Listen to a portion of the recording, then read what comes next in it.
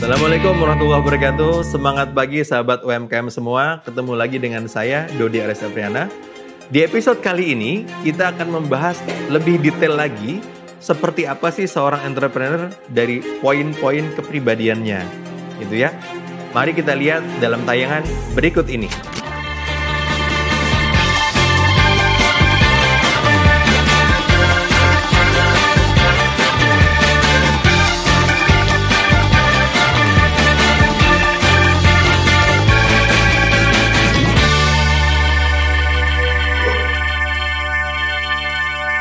Sahabat UMKM semua, ketemu dengan Dodi Ares Afriana lagi dari TO Center. Kemarin di episode 1 dan 2 kita telah belajar bagaimana apa sih bedanya antara entrepreneur dengan Salesforce gitu ya. Nah, dalam episode ini kita akan coba lebih detail lagi. Seperti apa sih sebenarnya bedanya, kemudian apa sih sebenarnya entrepreneur itu gitu ya. Yang pertama adalah seorang entrepreneur itu mempunyai hasrat membangun bisnis.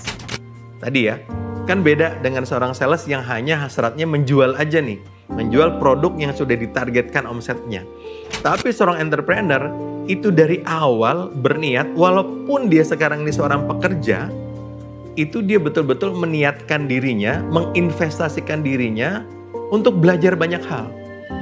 Kalau sales pada umumnya cukup menjual, fokus kacamata kuda, dia belajar produk itu, kemudian dia jualan produk itu. Dia nggak berpikir hal lain. Tapi seorang entrepreneur, karyawan yang dia berniat menjadi wirausahawan, dia akan banyak belajar. Dia akan open mind. Jadi buat rekan-rekan saat ini masih jadi karyawan, wajib open mind. Buka pikiran Anda, buka cara kawal Anda terbuka pada segala macam jenis tugas yang diberikan oleh atasan-atasan Anda. Karena ini yang akan menjadikan bekal buat Anda menjadi seorang entrepreneur kelak. Jadi ada tugas ini, nggak cuma sales nih. Misalnya, kamu coba jadi PIC event, bikin nih, buka event apa, bikin seminar ini, ikut. Karena dari situ nanti jejaring kita akan bertambah.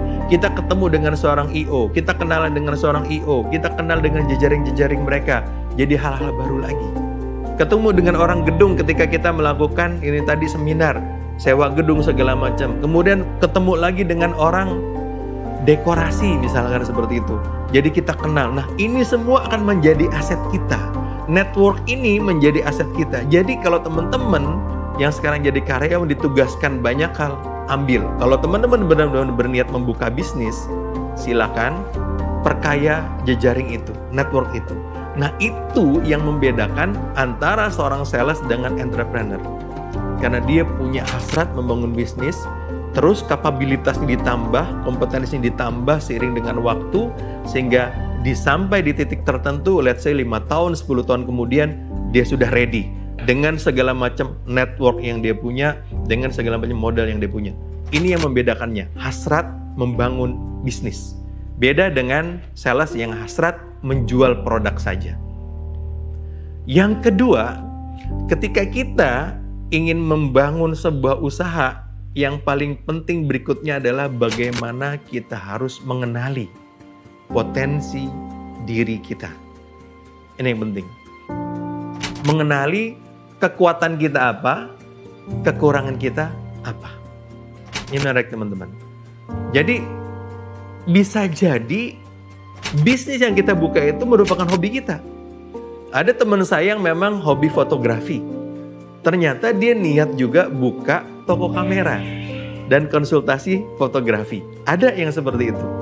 Jadi sebuah kesenangan, hobi sendiri kemudian menjadi bisnis buat dirinya sendiri. Nah, ini menarik, teman-teman.